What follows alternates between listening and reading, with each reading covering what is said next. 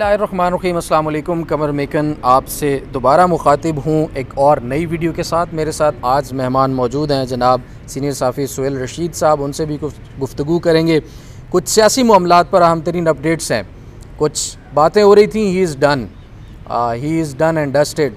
उसके बाद फिर ख़त्म शुद का जुमला भी हमने सुना कि चाहे इमरान ख़ान का केस लगे ना लगे, इमरान ख़ान की रिहाई नहीं होगी। ये 5 जून को केस इमरान ख़ान का लगा हुआ है इस्लामाबाद हाई कोर्ट के अंदर, उस पर बात करेंगे। लेकिन उससे पहले एक अहम तरीन अपडेट और मौसूल हुई है आज मखसूस फ़ौजी अदालतों में जो सिविलियन के ट्रायल का मामला था जो कि अलाउड कर दिया गया था, उस पर इख्तलाफी जो अक़लियती फ़ैसला है वो आज जारी कर दिया गया जस्टिस जमाल ख़ान मंदखेल और जस्टिस नईम अख्तर अफ़गान की तरफ से। 36 सफ़ात पर मुश्तमिल ये इख्तलाफी नोट या अक़लियती फ़ैसला जो जारी किया गया है, इसमें कुछ चीदा नुकात आपके सामने रखूँगा, फिर सुहेल रशीद साहब की तरफ जाएंगे। इस नोट के अंदर फ़ैसले के अंदर लिखते हैं जमाल ख़ान मंदखेल साहब के कुरान और नबी आखिरुज़्ज़मां सल्लल्लाहु अलैहि वसल्लम ने भी आज़ाद गैर जानबदार अदलिया का दर्स दिया। एग्जेक्टिव और अदलिया दो अलग अलग चीज़ें हैं। हज़रत उमर फ़ारूक रज़ी अल्लाह ताला अन्हु ने अदलिया को एग्जेक्टिव से अलग रखा और आइन में इन्हीं तालीमात के तहत अदलिया को आज़ाद रखा गया। अदलिया का इख्तियार किसी भी एग्जेक्टिव इदारे को नहीं दिया जा सकता। मज़ीद उनका कहना था अपने इख्तलाफी नोट के अंदर कि सिविलियंस का कोर्ट मार्शल मुमकिन नहीं। जिन सिविलियंस के 9 मई मुकदमात में सज़ाएँ हुई वो कलअदम करार दी जाती हैं। मज़ीद उन्होंने कहा कि ये जो हुकूमतें हैं जैसे हुकूमत बलूचिस्तान, हुकूमत पंजाब और वफाक की जो हुकूमत है, उनकी तरफ से ये दरख्वास्तें दायर की गई थी। उन्होंने कहा कि उन्होंने शायद अपने मकासद के लिए अदालतों को इस्तेमाल करने की कोशिश की है। इस अक़लियती नोट के अंदर ये भी लिखा हुआ है कि ये कहना कि दुनिया में दहशतगर्दी के मुकदमात का सामना करने के लिए फ़ौजी अदालतें कायम की जाती हैं, ये बात दुरुस्त नहीं है। ये दुरुस्त है कि आम फ़ौजदारी अदालतों में सज़ा की शरह कम है, लेकिन इसका मतलब ये नहीं कि इन अदालतों में इंसाफ फराहम करने की सलाहियत या ख्वाहिश मौजूद नहीं है। सुप्रीम कोर्ट मुस्तकिल तौर पर निचली अदालतों के फ़ैसलों का अदालती जायज़ा ले रही है। अदालती मुशाहिदे में ये बात भी आई कि ज़्यादातर बरियत के फ़ैसले बेबुनियाद और सियासी मुकदमात के आते हैं। ऐसे फ़ैसले गैर पेशा वराना तफ्तीश और कमज़ोर प्रोसिक्यूशन का नतीजा होते हैं। जैसे जस्टिस हाशिम काकड़ ने एक केस में ज़मानत दी है कुछ रोज़ कबल रज़ा अली को, जिसमें पुलिस वाले को ज़ख्मी करने का इल्ज़ाम था और ज़ख्मियों की लिस्ट में पुलिस वाले का नाम ही नहीं था। ये प्रोसिक्यूशन का केस इतना कमज़ोर था जिसके बाद फिर जो है वो ज़मानत दे दी गई थी। लेकिन यहाँ पर कुछ अहम तरीन नुकात ये भी लिखे हुए हैं कि अफसोस से कहना पड़ता है कि इन मुंतखब हुकूमतों ने, अब मुंतखब वाले बात पर आपको इतराज़ तो नहीं है, ठीक है, बहरहाल उन्होंने लिखा कि मुंतखब हुकूमतों ने फ़ौजदारी अदालतों पर एतमाद ख़त्म कर दिया। इन हुकूमतों ने गैर संजीदा सियासी नोयत के मुकदमात के हल का बोझ फ़ौजी अदालतों पर डाल दिया है, जो कि नाकाबिल फ़हम है। फ़ौजी अफसरान जो फ़ौजी अदालतों की सदारत करते हैं वो फ़ौजी मामलात में महारत रखते हैं। इन अफसरान के पास अदालती तजर्बा नहीं होता और ना ही वो दीवानी मुकदमात से निपटने की तरबियत लिए होते हैं, यानी उनकी तरबियत याफ्ता नहीं होते। फ़ौजी अदालतों को आम अदालती निज़ाम के बराबर नहीं समझा जा सकता। आम अदालतों के अफसरान अदालती तजर्बे के साथ साथ आज़ादी के हामिल होते हैं। अब यहाँ पर उन्होंने मज़ीद लिखा कि वफाक और सूबाई हुकूमतें दहशतगर्दी के मुकदमात को समझने के बजाय अपने मकसद के लिए फ़ौजी अदालतों पर इन्हिसार कर रहे हैं। आम फ़ौजदारी अदालतों से ये तवक्को रखना कि वो बग़ैर सबूत अफराद को मुजरिम ठहराएँ तो मुनसिफ़ाना ट्रायल की खिलाफ वर्जी होगी, जबकि इस्तग़ासा के पास कोई सबूत या मवाद ना हो तो फ़ौजी अदालत सज़ा कैसे दे सकती है। ये तमाम तर नुकात हैं जो बड़े अहम तरीन हैं जमाल ख़ान मंदखेल साहब और नईम अख्तर अफ़गान साहब के। आप सुहेल रशीद साहब इसके ऊपर क्या कहेंगे, कैसे देखते हैं इस इख्तिलाफ़ी नोट को?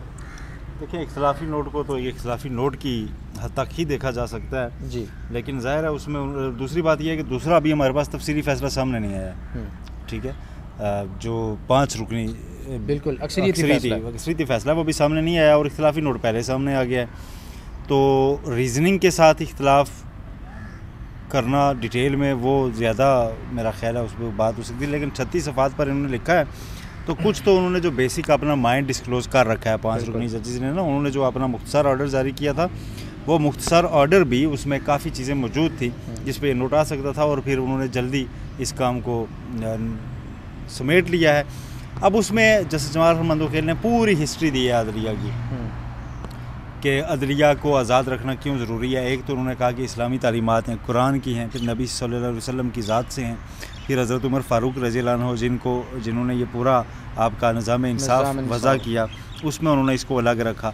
फिर करारदाद मकासद जो पाकिस्तान के क़याम के वक्त उस वक्त एक जो बेस बनाई गई थी कि पाकिस्तान इस सिस्टम पे खड़ा होगा, और आईन पाकिस्तान में फिर उससे चीज़ें ली गई हैं और आर्टिकल 2A शामिल करके अदलिया को उसमें से अलग रखा गया। तो ये सारी तालीमात का एक उन्होंने ब्रीफ सा बैकग्राउंड दिया है एक्यूरेट, और उसके बाद उन्होंने ये कहा कि जनाब अब ये जो चीज़ें हैं इसके अकॉर्डिंगली देखा जाए तो एग्जेक्टिव के किसी इदारे को, जो कि आर्मी एक एग्जेक्टिव का इदारा है, उसको हम ये नहीं सौंप सकते फरीज़ा के आप जाएं और जाकर ट्रायल करें लोगों का।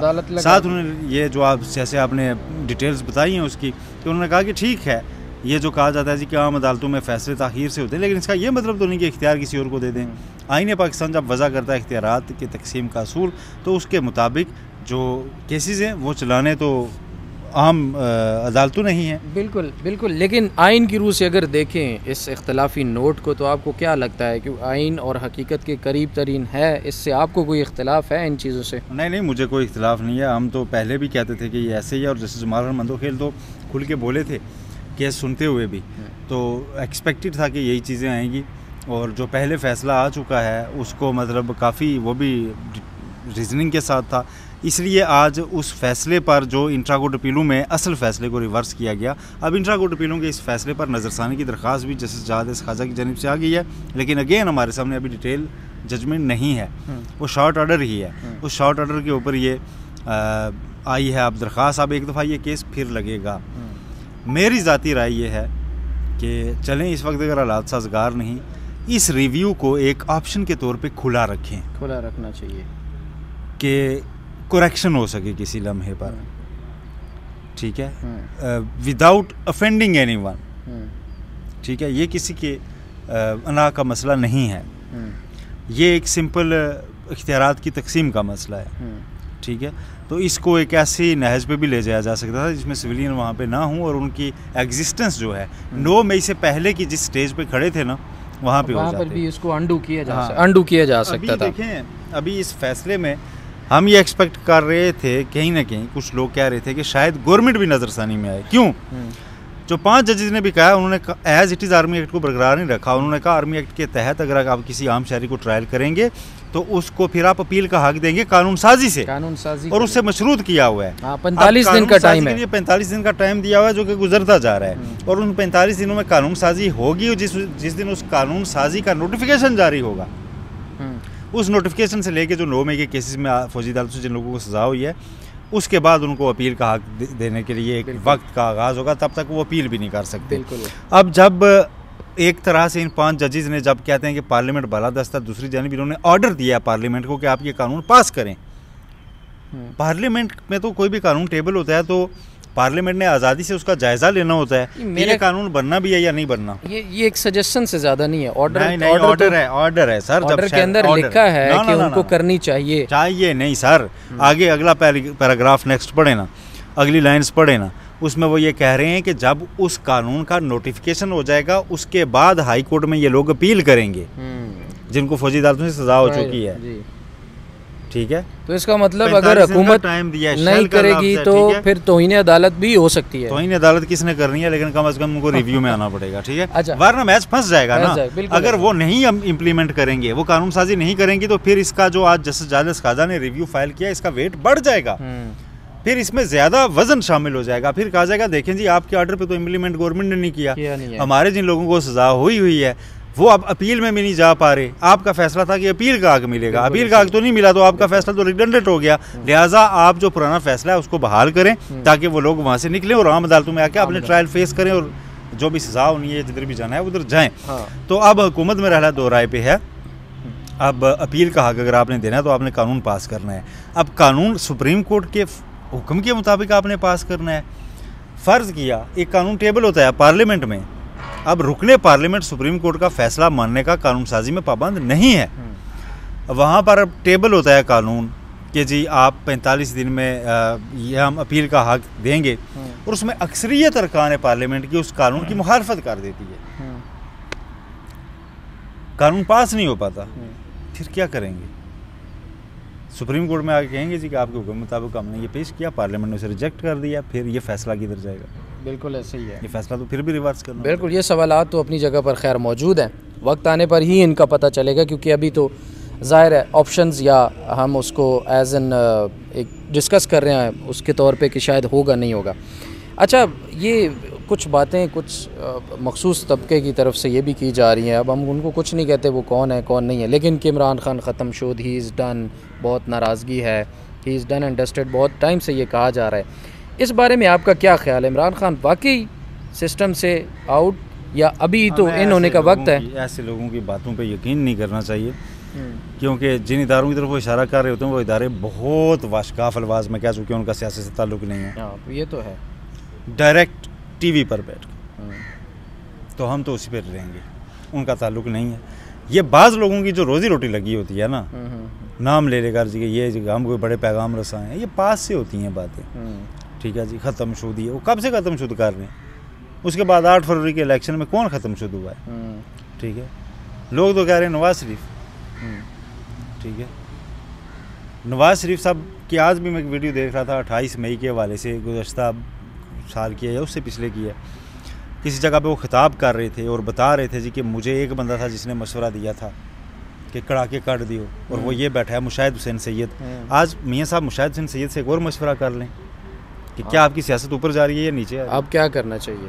हाँ, सियासत ऊपर जा रही है नीचे आ रही है? अगर आपकी कामयाबी का पैमाना ये है जो अभी आपने रखा हुआ है कि आप हुकूमत में बैठे हुए हैं, आपकी बेटी पंजाब में और भाई विफाक में, तो फिर आपके चेहरे पे वो ताजगी, वो शादाबी, वो खुशी, वो सारा कुछ झलकना चाहिए ना कहीं मियाँ साहब को पता है कि यार ये एक ना एक दिन ये मसनूई है, जो वक्त है ये गुजरेगा, मसनूई है भी मसनूई। बहुत बार मिसाल एक होता है ऑर्गेनिक, बहुत बार मिसाल दे चुका हूँ। मियाँ साहब एक ऐसी टैंकी से आने वाला पाइप लेके खड़े हैं जो टैंकी सूख चुकी है और उसमें नया ना पानी चश्मा उबल रहा है, कोई ना किसी मोटर से वहाँ डाला जा रहा है, किसी सप्लाई से नहीं आ रहा, और वो होता है वोटर। मुस्लिम लीग नून एक की मिसाल ऐसी ही है, नया वोटर जो जवान हो रहा है उसको आप अपील नहीं कर पा रहे, ऐसे ही है, वो आपकी बात नहीं सुन रहा ना, वो आपको समझता है। तो ये आपको एक इसको मेरा ख्याल है एकेडमिकली देखना चाहिए कि वजह क्या है, ठीक है। और वो बड़ी आसानी से हल हो सकता था।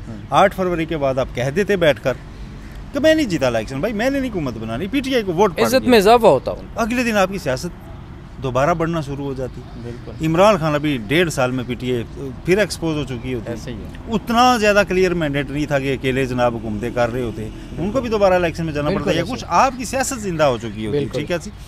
तो मियाँ साहब जितना दूर लेके जा रहे हैं इस गेम को, उतना उनके हाथ से दूर होती जा रही है ना, उनके हाथ से निकलती जा रही है। एक ना एक दिन ये चैप्टर क्लोज होना है ना, उसके बाद क्या? पीपल्स पार्टी बहुत स्मार्टली प्ले कर रही है साइड पे रह के, एग्जैक्टली। इस दौर का कोई बोझ अपने ऊपर नहीं वो ले रही, ठीक है। वो कहेंगे हमने तो नहीं किया ये, ठीक है, किया किसने? आज मियाँ साहब की गवर्नमेंट ने किया, उनकी पार्टी ने किया। नाअहलियों का सिलसिला भी कुछ ऐसा शुरू होता हुआ लग रहा है। एक MNA आज तहरीक इंसाफ के नायल हुए हैं, आपको लगता है आने वाले दिनों में कुछ और भी नायल हो सकते हैं? क्योंकि मेरे जो सोर्स हैं उसके मुताबिक कुछ 50-51 MNAs हैं जो 9 मई में वाज़े तौर पर इस वक्त तक नामज़द हैं और उनके वो ख़तरे में हैं। अलीमीन गंडापुर भी नामज़द हैं, फिर चीफ मिनिस्टर KPK भी ख़तरे में हैं, ठीक है। वो बात नहीं है, वो उनकी फिर पूरी इधर से अपोजिशन लीडर भी नामज़द हैं, वो भी जाएंगे, पूरी उनकी जो है ना क़यादत जो है उसमें नामज़द है। लेकिन अभी एक MNA साहब हुए हैं। मेरा जो आइडिया है, आइडिया और वो किस पे मैं रिलाई कर रहा हूँ, जो केसेस की करंट सूरत हाल है, चालान की कापियाँ तक तकसीम नहीं हुई बेशतर केसेस में, मुलजमान सारे बेल पर हैं, वो अपनी मर्ज़ी के दिन अदालत में पेश होते हैं, किसी दिन सारे नहीं आते, फ़र्द जुर्म नहीं हो रही। ये अभी इतना जल्दी नहीं होगा, इसमें काफ़ी वक्त लगेगा, 4 महीने के टाइम में ये सारे केसेस डिसाइड नहीं होने वाले, ठीक है। तो इस दौरान गेम बदलेगी भी। जो लोग ख़त्म शुद्ध कह रहे हैं उन्हीं के हमनवा कई लोग कह रहे हैं कि नहीं, इस वक्त गवर्नमेंट और इस्टेब्लिशमेंट दोनों को इस्तेकाम चाहिए सियासी, क्योंकि अभी इंडिया के साथ मामलात काफ़ी आगे चल रहे हैं, लंबी गेम है। चनाब का पानी उसने जो है ना बंद कर दिया है कल से, तो ये काफ़ी चीज़ें हैं जो चलनी है। इंडिया वाले जो है ना जंग हारने के बाद से अपोजिशन के रहनुमाओं को बैरून मुल्क भेज रहे हैं, बिल्कुल है, वो पूरी क्या जाके बताएं इंडिया का नैरेटिव, उनकी स्ट्रेटजी बहुत ज़बरदस्त है इस मामले में। तो ये अपोजिशन और गवर्नमेंट जो है ना, ये जमहूरी सिस्टम में 2 पहिए होते हैं, दोनों मिलके चल रहे होते हैं। तो वो अपोजिशन भेजने से ना उनके नैरेटिव में एक वेटेज ये मिल रही है कि अच्छा जी जो पाकिस्तान ने कहा है कि मोदी सारा कर रहा है, तो देखें ये तो कांग्रेस लिबरल पार्टी है, ये आपको आके समझा रहे हैं कि नहीं जी हम ठीक कर रहे थे। तो पाकिस्तान में भी अपोजिशन को साथ लेकर चलना पाकिस्तान की ज़रूरत है और उसमें लेकर चला जाएगा। और मेरा ख्याल है कोई अगर बात रीज़नेबल हुई तो इमरान खान उसमें आएंगे भी, शामिल बैठेंगे भी। बिल्कुल, पहले भी उन्होंने अपनी जो जिम्मेदारी है उसको समझते हुए पूरा साथ देने का फ़ैसला किया और उसके बाद फिर साथ दिया भी है। कम से कम इंडिया के मामले के ऊपर उन्होंने कहा है कि मैं पाकिस्तान के साथ खड़ा हूँ। और जिन लोगों की ये ख्वाहिश है कि शायद उनको माइनस करके सिस्टम चला लिया जाएगा, तो ये भी आने वाले दौर में किसी सूरत मुमकिन नज़र नहीं आता। पॉलिटिकल स्टेबिलिटी इस हुकूमत की भी ज़रूरत है, एस्टैब्लिशमेंट की भी ज़रूरत है, और इंटरनेशनल लेवल के ऊपर अपना मुकदमा मज़ीद तगड़ा करने के लिए भी इमरान खान के अलावा फिर पॉलिटिकल स्टेबिलिटी कैसे हो सकती है, जो सबसे बड़ी जमात इस वक्त जिसके पास सबसे बड़ा मैंडेट है। तो ये डराने धमकाने की हद तक या अपनी एहसास कमतरी को छुपाने या किसी का हौसला कम करने की कोशिश ज़रूर हो सकती है, लेकिन इनमें हकीकत किसी सूरत नज़र नहीं आती। कोई तब तक माइनस नहीं हो सकता जब तक आवाम उसको अपने दिलों से माइनस ना करे। तो नाजरीन, अपना और अपने प्यारों का बहुत सारा ख्याल रखिए। सुहेल रशीद साहब का बहुत शुक्रिया हमें ज्वाइन करने के लिए, और कमेंट सेक्शन में हमें ज़रूर बताइएगा, अपनी राय से ज़रूर आगाह किया करें। जाते जाते ये भी रिक्वेस्ट है कि चैनल को ज़रूर सब्सक्राइब कर लें ताकि आने वाली तमाम तर अपडेट्स आपको बर वक्त मिलती रहे। बहुत शुक्रिया, अल्लाह ने के बाद।